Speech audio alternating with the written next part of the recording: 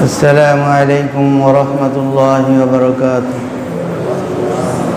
إن الحمد لله نحمده ونستعينه ونستغفره ونؤمن به ونتوكل عليه ونعوذ بالله من شرور أنفسنا ومن سيئات أعمالنا. من يهد الله فلا مضل له ومن يضلل فلا هادي له، ونشهد أن لا إله إلا الله وحده لا شريك له ولا نذير له ولا وزير له ولا مثيل له ولا مشير له ولا معين له. ونشهد أن سيدنا وسندنا وحبيبنا وطبيبنا وطبيب قلوبنا وطبيب أرواحنا ومرشدنا ومولانا محمدا عبده ورسوله الذي أرسله بالحق بشيرا ونذيرا وداعيا إلى الله بإذنه وسراجا وقمرا منيرا. اللهم صل على سيدنا ومولانا محمد في أول كلامنا. اللهم صل على سيدنا ومولانا محمد في أوسط كلامنا. اللهم صل على سيدنا ومولانا محمد في آخر كلامنا.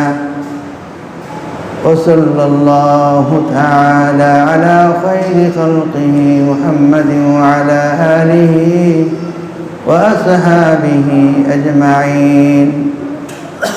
أما بعد فأعوذ بالله من الشيطان الرجيم.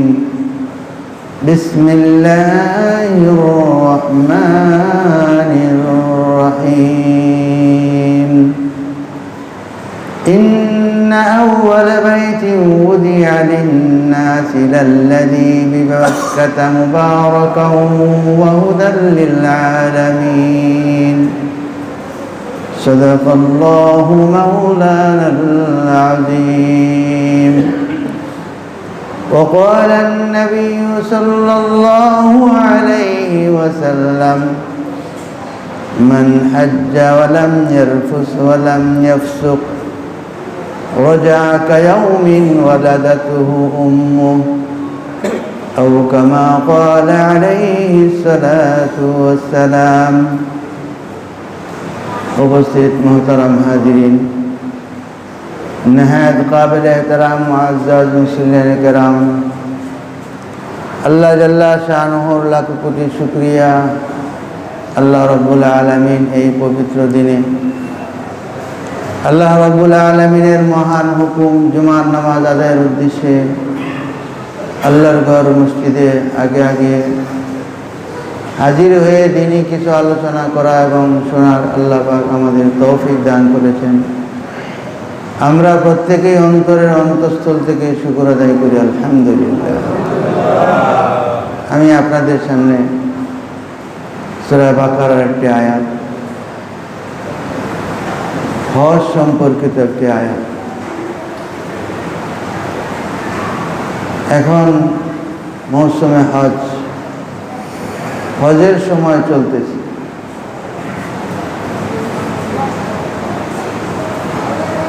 আল্লাহ রাব্বুল আলামিন আমাদেরকে ঈমান দান করেছেন, তাওহীদ, রিসালাত, আখিরাত, এই তিনটার সমষ্টির নাম হইল ঈমান। যখন তাওহীদ, রিসালাত এবং আখিরাতের উপরে বিশ্বাসী হই, তখন সাথে সাথে আমাদের উপরে একটা হুকুম চলে আসে, নামাজ, নামাজের বিধান। প্রত্যেক বালেক পুরুষ মহিলা সকলের উপরে ফরজ। এটি ইমানের পরে প্রথম তাকাবা, প্রথম চাওয়া, অবহেলার শেষ নেই। যে দৈনিক 5 ওয়াক্ত নামাজ 5 বার আল্লাহর ডাকে সাড়া দেওয়া, এটা আল্লাহ তাআলা আমাদের উপরে ফরজ করেছে।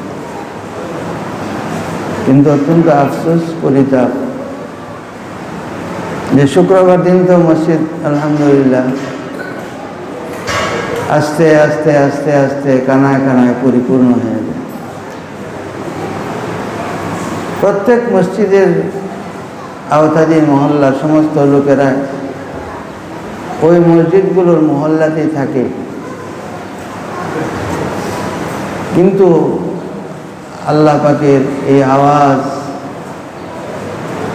এই ডাক তাদের কানে পৌঁছায় না। আমাদের প্রত্যেকের সচেতন হওয়া চাই যে তাওহীদ, রিসালাত, আখিরাতের উপরে আমরা বিশ্বাসী।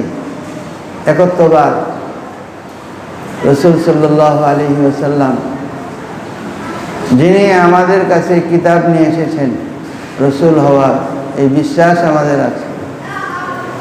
আখিরাত, কবর, বেহেশত, দুজক, জান্নাত, জাহান্নাম, কবরের আযাব, জাহান্নামের আযাব, বেহেশতের নিয়ামত, এই সবগুলো এগুলো আখিরাতের বিষয়, এইগুলোর উপরে আমাদের ঈমান আছে। যখন আমাদের ঈমান থাকে তখনই তো মানার বিষয় আসে।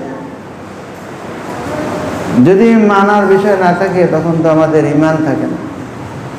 ঈমান কমজোর হয়ে যায়, দুর্বল হয়ে যায়।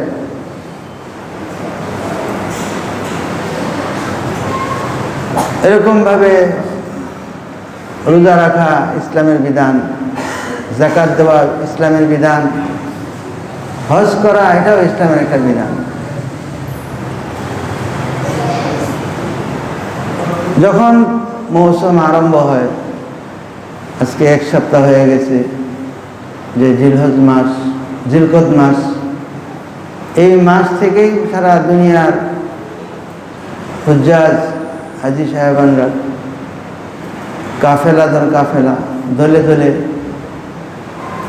বিশ্বের বিভিন্ন আনাজ কানাজ থেকে তারা বাইতুল্লাহর অভিমুখে রওনা দিচ্ছে। লাখো হাজির সমাগম ইতিমধ্যে হয়ে গেছে। এই যে হজের জামায়াত, হজ পালন করা, হযরত আদম আলাইহিস সালাতু ওয়াস সালাম থেকে এই হজ শুরু হয়েছে। হযরত আদম আলাইহিস সালাতু ওয়াস সালাম যখন দুনিয়াতে আসছেন তখন থেকে এটা আরম্ভ। হজ, আল হজ্জ আরবি ভাষা, এর অর্থ হইল ইচ্ছা, ইচ্ছা করা। ওয়ালিল্লাহি আলান নাসি হিজ্জুল বাইতি মান ইসতাতা ইলাইহি সাবিলা। এরপরে এই পরিভাষাগতভাবে একটা নির্দিষ্ট সময়ে নির্দিষ্ট কিছু জায়গায় নির্দিষ্ট কিছু আমল বাস্তবায়ন করা, এটার নাম হচ্ছে হজ।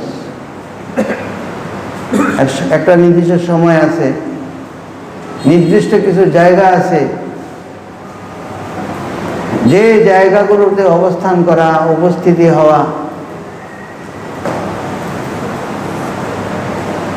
এবং সেখানে অবস্থান করা, এই সবগুলোকে মিলে এগুলোকে বলা হয় হজ। হযরত আদম আলাইহিস সালাতু ওয়াস সালামের জামানা থেকে এই হজের আমল শুরু হয়েছে। প্রত্যেকের উপরে জীবনে একবার হইলেও এই হজকে পালন করাটা ফরজ। ওয়ালিল্লাহি আলান নাসি হিজ্জুল বাইতি মান ইসতাতা ইলাইহি সাবিলা। মানুষের উপরে হজ পালন করা, যে ওই ঘর পর্যন্ত পৌঁছার সামর্থ্য রাখি। এক নম্বরে আমার সামর্থ্য থাকতে হবে। যে সামর্থ্য অনেকগুলো বিষয় আছে, যে তার মধ্যে যে আমার ঘর পরিবার, ছেলে মেয়ে,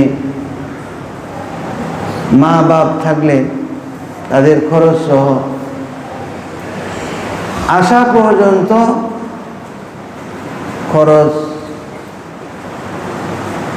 দেওয়ার পরে যে অতিরিক্ত টাকা থাকবে ওই টাকায় তার উপরে হজ হয়। এই পরিমাণ সম্পদের মালিক হইলে তার উপরে হজ ফরজ।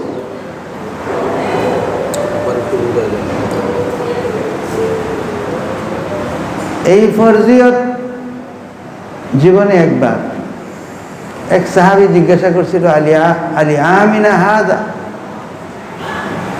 যে এটা কি এই বছরের জন্যই ফরজ হয়েছে না প্রত্যেকবার? হযরত নবী আলাইহিস সালাতু ওয়াস সালাম 3 বার জিজ্ঞাসা করার পরেও চুপ থাকছেন। এবং শুধুই না, কোরআনের আয়াত নাজিল হয়েছে যে লা তাসআলু রাসূলাকুম, যে তোমরা তোমাদের রসুলকে এমন প্রশ্ন করো না যে রসুল কষ্ট পায়।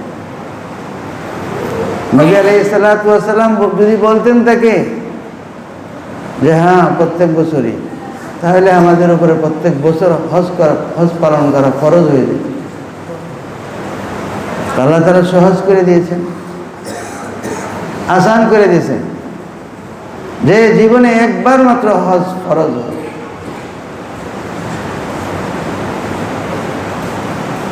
এই জায়গার বারাকাত যে কত বেশি, এর যে মনোমুগ্ধকর যে দৃশ্য, যে মানুষের মনকে জয় করে নেয়, মানুষের মনকে পাগল করে ফেলে। মানুষ সেখানে নিজেকে ধরে রাখতে পারে না।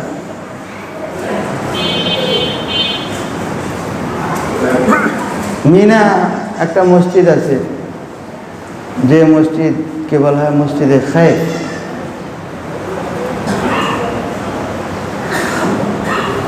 হযরত শাইখুল হাদিস জাকারিয়া রহমতুল্লাহ আলাইহি মুয়াত্তা ইমাম মালিক রাহিমাহুল্লাহ রচিত হাদিসের কিতাবের আরবিতে তিনি ব্যাখ্যা করছেন। হযরত শাইখুল হাদিস জাকারিয়া রহমতুল্লাহ আলাইহি লিখছেন যে এখানে ওই মসজিদের মধ্যে 70 জন নবীর কবর আছে।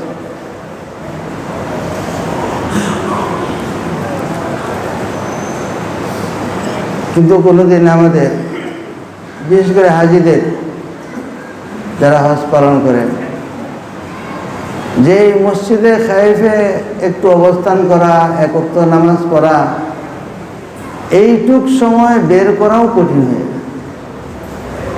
মুআল্লিমরা শুধু দেখায় দেয় যে এই যে এটা মসজিদে খায়েফ, মিনার মসজিদ। কিন্তু মিনার মসজিদ যেটা কত বড় ঐতিহাসিক, মুহাদ্দিসিনে কেরাম তারা জানে যে আল আম্বিয়াউ আহইয়াউন ফি কুবুরিহিম, আম্বিয়া কেরাম তারা তাদের কবরের মধ্যে জীবিত। তো হযরত শাইখুল হাদিস জাকারিয়া রহমতুল্লাহ আলাইহি তিনি লেখেন যে মসজিদে খায়েফে কিছুক্ষণ বা যতক্ষণ যে অবস্থান করে, সে যেন আমার নবীদের একটা জামাতের সাথে সে অবস্থান করবে।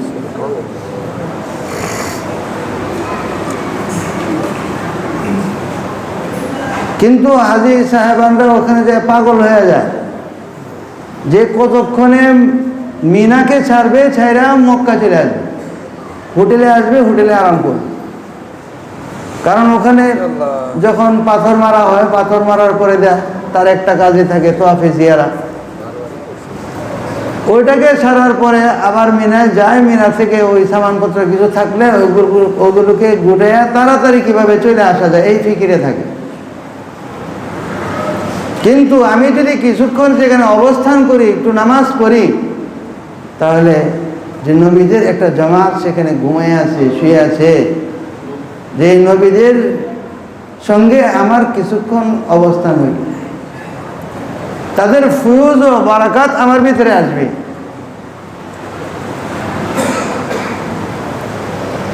যে 5 দিন অবস্থান করতে হয়, যদি আরো 2-3 দিন কেউ বাড়ায় দেয় কোনো অসুবিধা নাই, কিন্তু 3 দিন বাড়াবে কোথায়?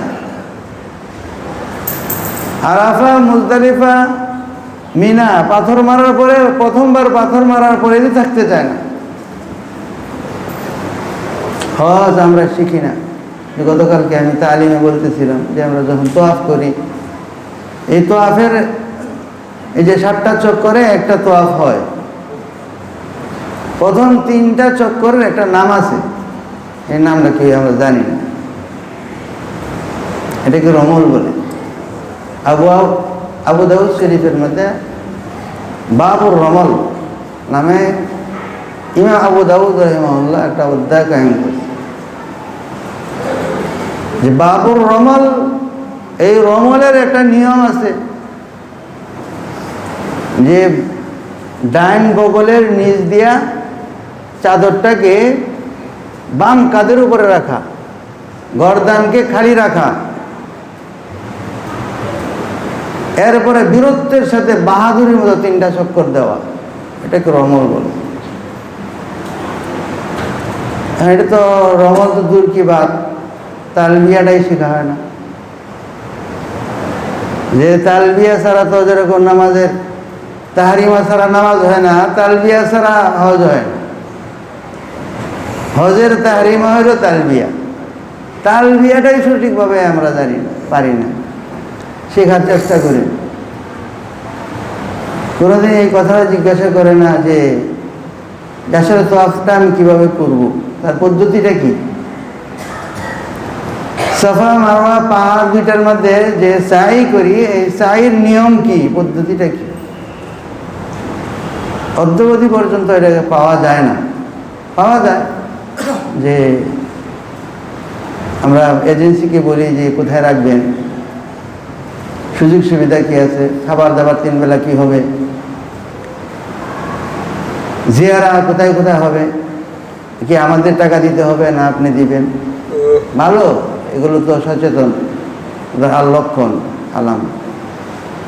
কিন্তু এইগুলো তো মকসুদ না। মকসুদ তো হলো যে হজটা সুষ্ঠুভাবে সমাধা করা, পালন করা, করতে পারা, এটাই হলো আসল মকসুদ। যেটা মকসুদ না সেটাকে মকসুদ বানায় নিছি, আর যেটা উদ্দেশ্য এটাকে আমি মকসুদ বানাইলাম।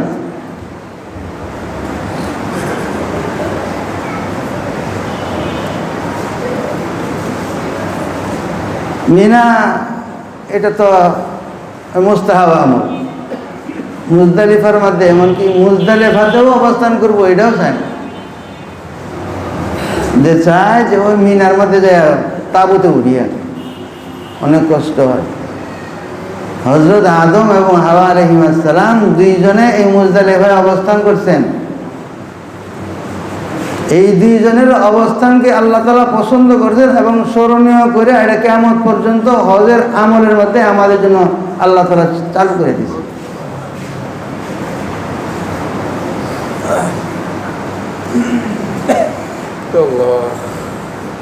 ইন্না আউওয়ালা বাইতিন উযিয়া লিন-নাস লাল্লাযী বিবাক্কা, নিশ্চয়ই সর্বপ্রথম ঘর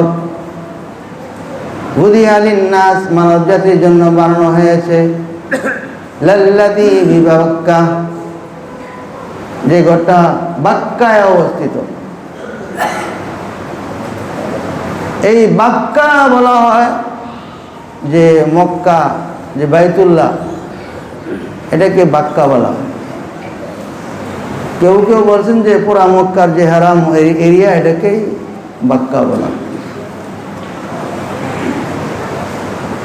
এটা তা লফজি শাব্দিক তাহাকিক ব্যাখ্যা, কিন্তু আমরাও বাস্তবে দেখছি যে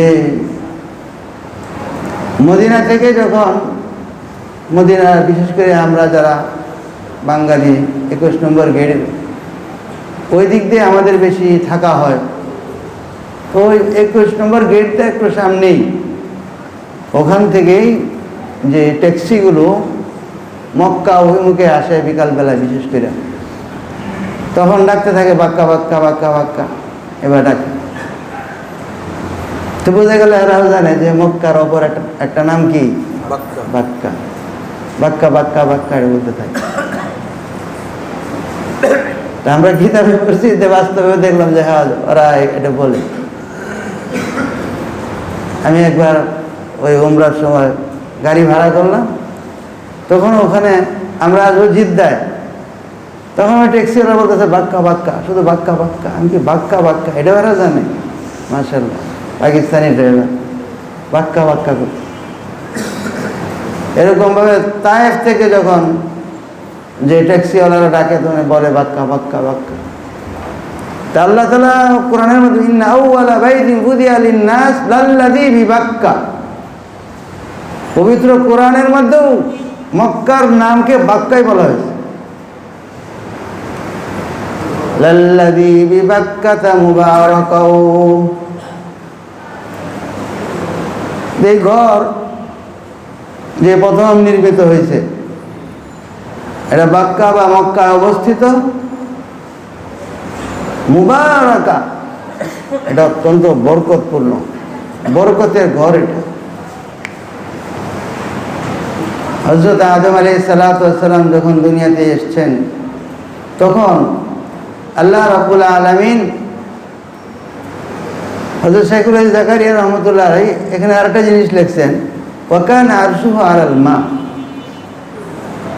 এই দুনিয়াতে প্রথম পানির উপরে ভাসমান ছিল, এবং সেই পানির উপরে আল্লাহর আরশ ছিল। এরপরে এই গোটা পৃথিবীর পানি, এই পানি থেকে যে একটা বুদবুদ তৈরি হয় অথবা ঢেউ তৈরি হয়, এই বুদবুদ বা এই ঢেউ থেকে দেখবেন একটা ফেনা জমে। এই ফেনাটা কিন্তু মূলত দেখবেন আপনারা যে এই ফেনাটাকে যদি হাতে জমায়া বা কোথাও কোনো একটা পাত্রে রাখেন, জমায়া দেন, দেখবেন বালু বা মাটির মতো হয়ে। এই পৃথিবীর যে পানি, এই পানি যখন বুদবুদ তৈরি হয় পৃথিবীর একদম মিডল, একবারে মাঝখান, এই মাঝখানের মধ্যে এই ফেনা জমছে, আর এই ফেনা থেকে মাটি তৈরি হয়েছে। আর ওই মাটির বেসের উপরে আস্তে আস্তে আস্তে আস্তে সারা পৃথিবীকে আল্লাহ তাআলা মাটিতে রূপান্তর করছে। তাহলে আপনি আমার যে অস্তিত্ব ওজুদ, যে মাটি থেকে আমরা জন্মেছি, যে মাটির শুরুটা হইল ওই বাইতুল্লাহ, যেখানে আল্লাহর ঘর আছে, যেখানে মাটির সূচনা হয়েছে, আস্তে আস্তে ওই মাটি সারা পৃথিবী ভর্তি হয়েছে। ওই মাটি থেকে আপনি আমাকে সৃষ্টি করেছেন। ইব্রাহিম আলাইহিস সালামের দোয়া তো আছেই, কিন্তু মাটির টানেও কোনো নারীর টানে বাড়িতে ফিরে। তা আমাদের তো টান তো ওইটাই, যে ওই মাটি, যে মাটিটা মক্কায় প্রথম শুরু হয়েছে, ওই মাটি থেকে সারা দুনিয়া আস্তে আস্তে রিকভারি করে পড়া হয়েছে মাটিতে। ওই মাটি থেকে আমাদেরকে সৃষ্টি করা হয়েছে। সুতরাং ওই মাটির প্রতি টান, এটা আমাদের আত্মিক সম্পর্ক, মাটির সাথে আমাদের সম্পর্ক। যে মাটি শুরু হয়েছিল যেখানে, ওখান থেকে এই মাটি পর্যায়ক্রমে এই পর্যন্ত আসছে। এই মাটি থেকে আল্লাহ তাআলা আমাদেরকে সৃষ্টি করছেন, এই জন্য এই ঘরের প্রতি আমাদের টান। আল্লাহ তাআলা আমাদেরকে টানকে সেখানে রাখছেন। মানুষ পাগল হয়ে যায়। তো প্রথম হযরত আদম আলাইহিস সালাতু ওয়াস সালাম যখন দুনিয়ায় আসলেন, তখন ওই আসমানের মধ্যে ফেরেশতারা বাইতুল মামুর ওয়াজ করত, যে ওখানে কি পরিমাণ ফেরেশতা আছে বা ফেরেশতাদের সংখ্যায় বা কত আছে আল্লাহ মালুম, এটা আমরা জানি না। হাদিসের কিতাবের মধ্যে আছে দৈনিক ৭০,০০০ ফেরেশতা ওখানে তওয়াফ করে, দৈনিক, যে জীবনে আর কোনোদিন সে সুযোগ পায় না। তো কি পরিমাণ মাখলুক ফেরেশতা আল্লাহ তাআলা তৈরি করে রাখছে। তো এরকম একটা ঘর, তওয়াফের জায়গা আল্লাহ তাআলা দুনিয়াতে হযরত আদম আলাইহিস সালাতু ওয়াস সালামের জন্য বাইতুল্লাহ নির্মাণ করছে। হযরত নূহ আলাইহিস সালাতু ওয়াস সালামের জামানা পর্যন্ত ওই ঘর ছিল, কিন্তু ওই প্লাবনে মাটি ভরাট হয়ে যাওয়ার পরে এটা হারিয়ে যায়, এর চিহ্ন থাকে না।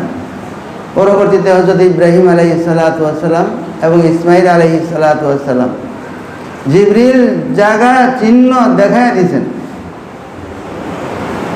وَيَرْفَعُ إِبْرَاهِيمُ الْقَوَاعِدَ مِنَ الْبَيْتِ وَإِسْمَاعِيلُ, স্মরণ করো যখন ইব্রাহিম এবং ইসমাইল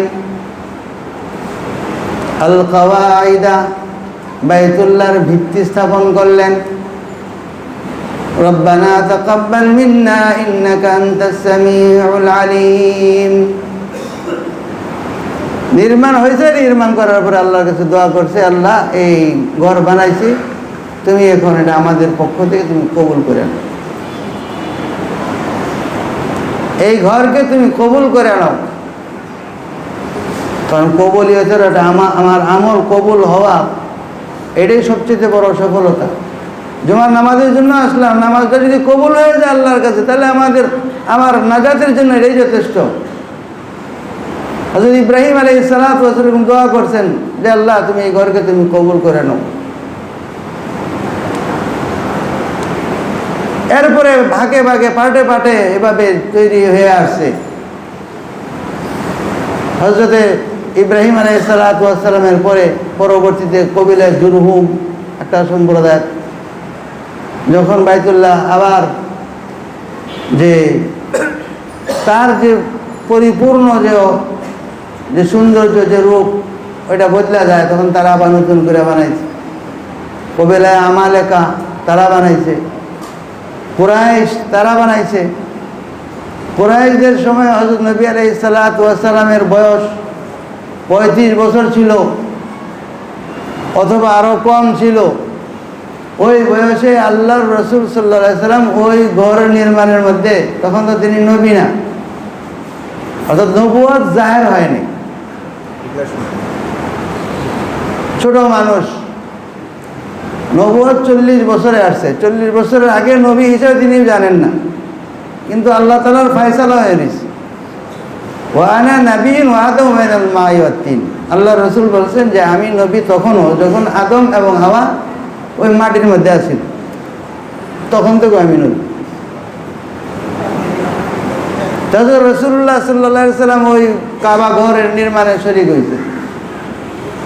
কুরাইশরা যখন নির্মাণ করে তখন এই কাবা ঘরকে বানানোর জন্য একদম 100% হালাল পয়সার উপরে নির্মাণ করার জন্য তারা প্রতিশ্রুতিবদ্ধ হইল এবং তারা ভাগ করে নিল। কুরাইশদের মধ্যে যেহেতু অনেকগুলো শাখা আছে, সবাই মিলে সেই ঘরকে বানানোর জন্য তারা ভাগ করে নিল। যেমন আমরা মসজিদ বানানোর সময় যে মার্বেল হবে না টাইলস হবে, টাইলস হবে, টাইলস হলে তখন একটা টাকা ধরা হয়েছে। সাহস বাড়ছে যে টাইলস না মার্বেল হবে, তখন বলা হয়েছে এক কাতারকে দিবেন বা 2 কাতারকে দিবেন। 2 কাতার 1 কাতার পারেন না, আধা কাতার কে পারবেন, আধা কাতার না ভাই একটা জায়নামাজের জায়গাকে দিতে পারবেন। এইভাবে নেওয়া হয়েছে যে বাইতুল্লাহকে এইভাবে নির্মাণের জন্য কুরাইশ তারা এভাবে ভাগ করে নিছে। ভাগ করে নেওয়ার পরে দেখা যায় তাদের যে অর্থ টাকা পয়সা বেনাই ইব্রাহিমের উপরে পুরাপুরি তাদের খরচ, এই পরিমাণে যে টাকা তাদের কাছে নাই। তখন বাইতুল্লাহর একটা অংশকে বাদ দেওয়া হয়েছে, যেটাকে হাতিমে কাবা বলা। একটা রকম দেখবেন ভুল আছে, এটাকে হাতিমে কাবা বলা হয়, ওইটাকে বাদ দিছে। ওইটাকে বাদ দিয়া এরপরে তারা ঘরকে তৈরি করছে। তা লাভ হয়েছে আমাদের জন্য যে কাবা ঘরের ভিতরে তো যাওয়া আমাদের সাধারণ মানুষের জন্য সম্ভব না, কোনোদিনই সম্ভব না, কিন্তু হাতিমে যাওয়া সম্ভব। হ্যাঁ, লাইন ধরতে হয়, ভিড় হয়, অনেক কঠিন হয়, কিন্তু কেউ যদি শৃঙ্খলার সাথে অপেক্ষা করে হাতিমে ঢুইকা 2 রাকাত নামাজ পড়ে, সে গোয়াকে বাইতুল্লাহ আল্লাহর ঘরের ভিতরে 2 রাকাত নামাজ পড়ে। হযরত ইব্রাহিম আলাইহিস সালাতু ওয়াস সালামের বেনার মধ্যে ছিল এরকম সমতল, তার মধ্যে 2টা দরজা ছিল, এক দরজাতে ঢুকতো আর এক দরজাতে বের হয়ে যেত। এখন এই আল্লাহর ঘরকে রক্ষণাবেক্ষণ করা এটা বড় গর্বের জিনিস, এটা বড় গর্বের জিনিস। এটা আল্লাহ তাআলার কবুলিয়ত ছাড়া এটা কেউ পায় না। এই জন্য মক্কার লোকেরাই তারা এটাকে দেখাশোনা করত, তারা সেবা করত। সারা দুনিয়ার মানুষের যারা হজের জন্য আসতো বা জিয়ারতের জন্য আসতো বা উমরার জন্য আসতো, সারা দুনিয়ার মানুষের সেবা তারা করত। রক্ষণাবেক্ষণের দায়িত্ব তাদের, সহজ যাতে হয়, সহজ যেভাবে করা যায় সমস্ত সেবা তাদের হাতে ছিল। তো মক্কার কুরাইশরা দেখলো যে এটা বেনায়ে ইব্রাহিমী যেভাবে ছিল, মানুষের এখন ভিড় বেশি, আমাদের কন্ট্রোলে যাতে থাকে, শৃঙ্খলা ঠিক থাকে, এই জন্য বাইতুল্লাহর দরজা একটা বন্ধ করে একটা দরজাকে রাখা হয়েছে, আবার ওই এক দরজাকেও সমতল ভূমি থেকে এত উঁচুতে রাখা হয়েছে চঙ্গ মই লাগে, এরপর ওটার উপরে উঠতে হয়।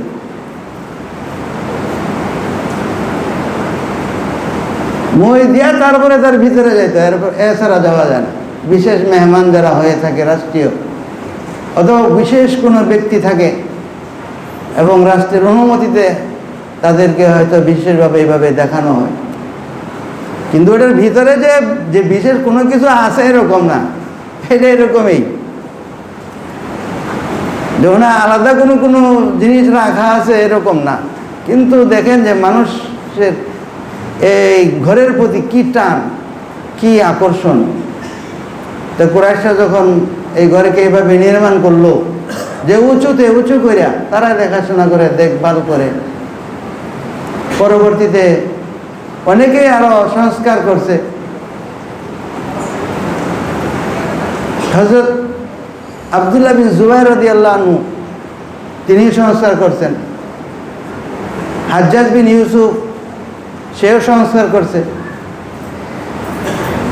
হযরত আব্দুল্লাহ বিন জুবাইর রাদিয়াল্লাহু আনহু যখন এটাকে নির্মাণ করেন, তখন হযরত আয়েশা রাদিয়াল্লাহু আনহার কাছ থেকে পরামর্শ নিয়েছেন, নিজের খালা। তখন তিনি পরামর্শ দিচ্ছেন যে না,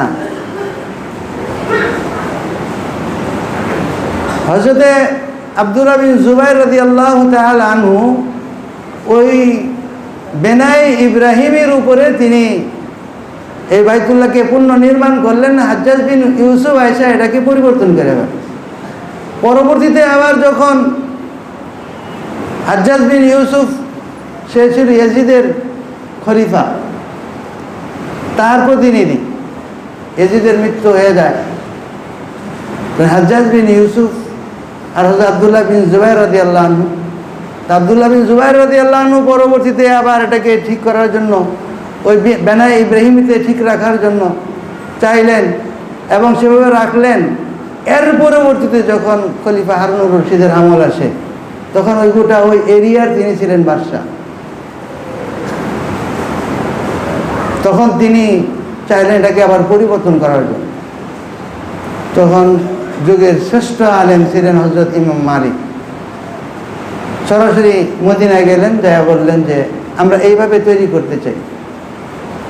তখন বললেন যে না, বর্তমানে যেভাবে আছে, এখন যেভাবে আমরা দেখি এই অবস্থাতেই থাকবে। যদি এর পরিবর্তন এখন করা হয়, তাহলে পরবর্তীতে এইভাবে একজন রাজা আসবে, একজন বাদশাহ আসবে, তার প্রভাব হবে, এটা যার যার মতো করে শুধু ভাঙবে আর গড়বে, তখন বাইতুল্লাহটা একটা খেলনা তামাশার জিনিস। হযরত ইমাম মালিক রহমতুল্লাহ আলাইহির হস্তক্ষেপে অদ্যাবধি পর্যন্ত সেভাবেই আছে। যেন আল্লাহ তাআলা আমাদের সকলকে এই ঘর এর জিয়ারত আমাদেরকে নসিব করুন, আমিন। আয়াতের মধ্যে আমি আয়াত পড়লাম, তার মধ্যে আছে লাল্লাযী বিবাক্কাতা মুবারাকা, এটা বরকতের ঘর, বরকত। এখন বরকত তো বোঝানো বড় কঠিন। এটা কিভাবে আমি বোঝাবো? কত ধরনের বরকত। তার মধ্যে একটা বরকতই বলি, যেটা হাদিসের মধ্যে আসছে, আল্লাহ তাআলা দৈনিক 120টা রহমত নাজিল করে। ওই 120টি রহমতের মধ্যে 60টা রহমত যারা আল্লাহর ঘরকে তওয়াফ করে তাদের উপরে বর্ষণ করে। সুবহানাল্লাহ। এজন্য যে ইমামদের মধ্যে অনেকেই বলছেন যে যারা আফাকি, অর্থাৎ আরবের না, দূরের থেকে যায়, তারা তাদের জন্য বাইতুল্লাহর উপস্থিতিতে নামাজের চেয়ে তওয়াফ করা তাদের জন্য উত্তম। নামাজ তো বাড়িতে পড়া যাবে, তওয়াফ তো আর বাড়িতে হবে না। এই জন্য যতক্ষণ তার সামর্থ্য থাকে তওয়াফের মধ্যে লিপ্ত থাকে, মশগুল থাকা। আর 40টা রহমত হলো যারা নামাজ পড়ে। সুবহানাল্লাহ। যারা ওই ঘরে কি করে? নামাজ পড়ে, তাদের জন্য 40টা রহমতের 100। যখন তওয়াফ করবেন শরীরটা ক্লান্তি আসে, ক্লান্তির মধ্যে মানুষ যায় নামাজ পড়ি, তো আরাম, কারণ ওইটা তওয়াফের চেয়ে এটা সহজ, এটা আসান। তা নামাজ পড়ে, নামাজ পড়তে পড়তেও ক্লান্ত হয়ে যায়, পরে কি করে? একটু পানি খায়, বসে থাকে। ওই যারা বসে থাকে তাদের জন্য 20টা রহমত। সুবহানাল্লাহ। তাহলে বাইতুল্লাহ তওয়াফ করা, বাইতুল্লাহ নামাজ পড়া, বাইতুল্লাহ বসে থাকা, এই যে বসে থাকাটা, বসে থাকতে চায় না, হোটেলে ঘুমাইয়া দেয়, নাস্তা খাই, ঘোরাফেরা করি, সময়টাকে কাজে লাগাই না। আমরা মার্কেটিংয়ে থাকি, সময় নষ্ট করি। এজন্য দেখা যায় ওখানে আরব যারা আছে, ওই তওয়াফের জায়গাকে বলা হয় মাতাফ।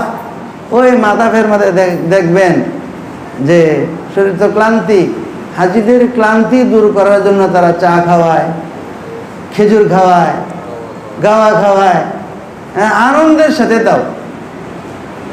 আমরা তো কোনো সময় চিন্তাও করি না যে এই যে তারা চা খাওয়াচ্ছে, গাওয়া খাওয়াইতেছে, খেজুর খাওয়াইতেছে, এই খেজুরকে প্রসেসিং করে দামি বিস্কিট সেটি খাওয়াইতেছে, অনেক দামি দামি বিস্কিট খাওয়াইতেছে। আমরা মনে করি শুধু আপ্যায়ন, শুধু আপ্যায়ন না রে ভাই, বরং আমি যে বসে রয়েছি, আল্লাহ পাকের রহমত প্রত্যেকেই আমরা পাইতেছি। ওই বসে থাকার মধ্যে আল্লাহর রহমত কোনো কিছু থেকে খালি। এই তওয়াফ এখন তো লাইভ হয়, যে বেশ কিছুদিন আগে এক পত্রিকায় আসছে, আরবি পত্রিকা, একজন অমুসলিম যে লাইভ দেখতে দেখতে যখন বাইতুল্লাহ লাইভ আসছে তখন এটা বন্ধ করে দিয়েছে। ছোট একটা বাচ্চা ছিল, সে বলল, মা এটাকে বন্ধ করলা কেন? ও বলল যে এখানে এলো যে জঙ্গিদের বিচরণ। চিন্তা করছেন? আল ইনসানু হারিসুন ফিমা মুনিয়া। বাচ্চারা হলো এরকম যে যারা না করবে এটা বেশি করে। তখন মা যখন চলে গেছে, চলে যাওয়ার পরে সে অন করে ওই লাইভ দেখতেছে, আর দেখে যে এরকম সুন্দর যে সাদা কাপড়ের মধ্যে শৃঙ্খলার সাথে তারা ঘুরতেছে, কারো দিকে তাকায়ও না। আসলেই প্রকৃত হাজি যারা হজ করতে যায়, দিলটা এত নরম থাকে যে ওখানে পানি আসে, দুনিয়ার অন্য জায়গা পানি আসতে না পারে, কিন্তু বাইতুল্লাহ দেখছে, আল্লাহর ঘরে গেছে, পানি আসে না, এরকম মানুষের সংখ্যা বাইতুল্লাহকে চলে আসবে। যাদেরকে আমরা বলি যে বিদায় তওয়াফ, বিদায়, ওই বিদায় বেলায় যে চোখ দিয়ে পানি ঝরে না, এরকম মানুষের সংখ্যা খুব কম। যে অফিসের বস, তার ফ্যাক্টরি কারখানার শ্রমিকদের উপরে এত কঠোর, শ্রমিকরা থরথর করে কাঁপতে থাকে, সেও যদি এই খাঁটিভাবে, খাঁটি মনে, ওয়ালিল্লাহি আলান নাসি হিজ্জুল বাইতি, আল্লাহর জন্য সে যদি হজ করে, এরপর আল্লাহ তার হজ কবুল করে নেয়, দিল নরম হয়ে যায়। যে হজের আগে তার কর্মচারীরা দেখছিল যে তার বসকে যে কিভাবে কঠোরতা করত, কিন্তু অফিসে এখন হজের পরে আইসা পড়ছে দেখি বৈশা চোখ দিয়ে পানি ফেলায়। কারণ কি? কারণ যে এর কি কারণ জিজ্ঞাসা করা হলো যে বাইতুল্লাহর নজর আমার দিলের মধ্যে বাসতেছে, যে বাইতুল্লাহ যদি আমার দিলের মধ্যে হাজির থাকে, উপস্থিত থাকে, ওই দিল ওই মনের দ্বারা কোনোদিন গুনাহ হইতে পারে না,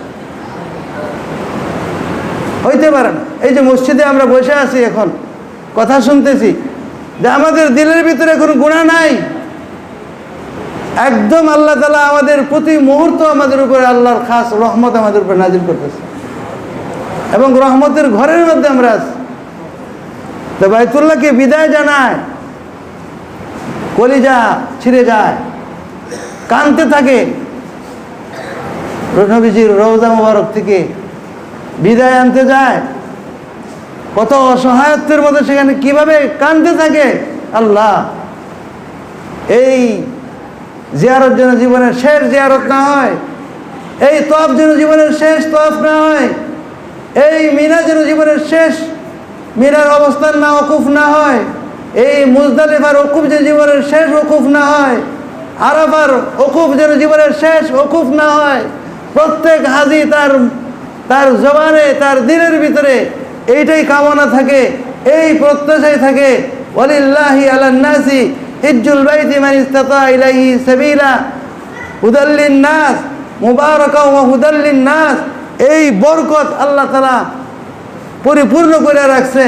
ওই হিন্দু ছেলেটা, ওই অমুসলিম ছেলেটা, সে যখন আবার দেখে যে এখানে এইরকম মানুষগুলোর এই অবস্থা, তখন তার ভিতরে কিউরিসিটি হইল যে স্কুলে যাই আমি জিজ্ঞাসা করব যে আমাদের ভাইদেরকে যা কারা এদেরকে চিনে।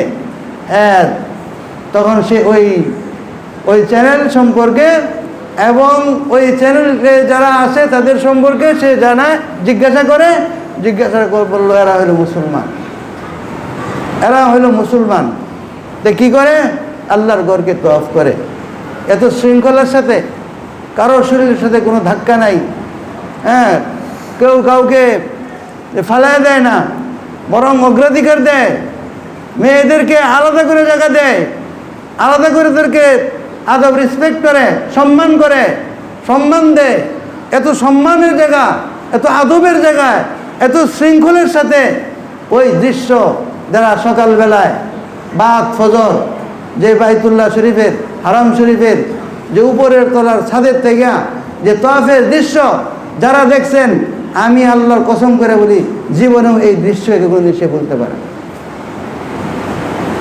যে আল্লাহ কি রং, এর ভিতরে কত ধরনের রং, আল্লাহু আকবার, কি রং যে ওখানে আল্লাহ ছিটাই দিছে। এক এক জায়গায় এক এক রকম দৃশ্য, এক এক রকম দৃশ্য। আল্লাহু আকবার। আল্লাহ তাআলা আল্লাহ আমাদেরকে মাল না দেও। হ্যাঁ, হজে গেলে যাইতে হলে এজেন্সির কাছে আমাদের টাকা দিতে হয়, এজেন্সি আমাদের কাছে টাকা চায়, আমাদের টাকার প্রয়োজন হয়, কিন্তু আল্লাহর কাছে চাইতে গেলে তো কোনো টাকা লাগে? হ্যাঁ, টাকা লাগে না।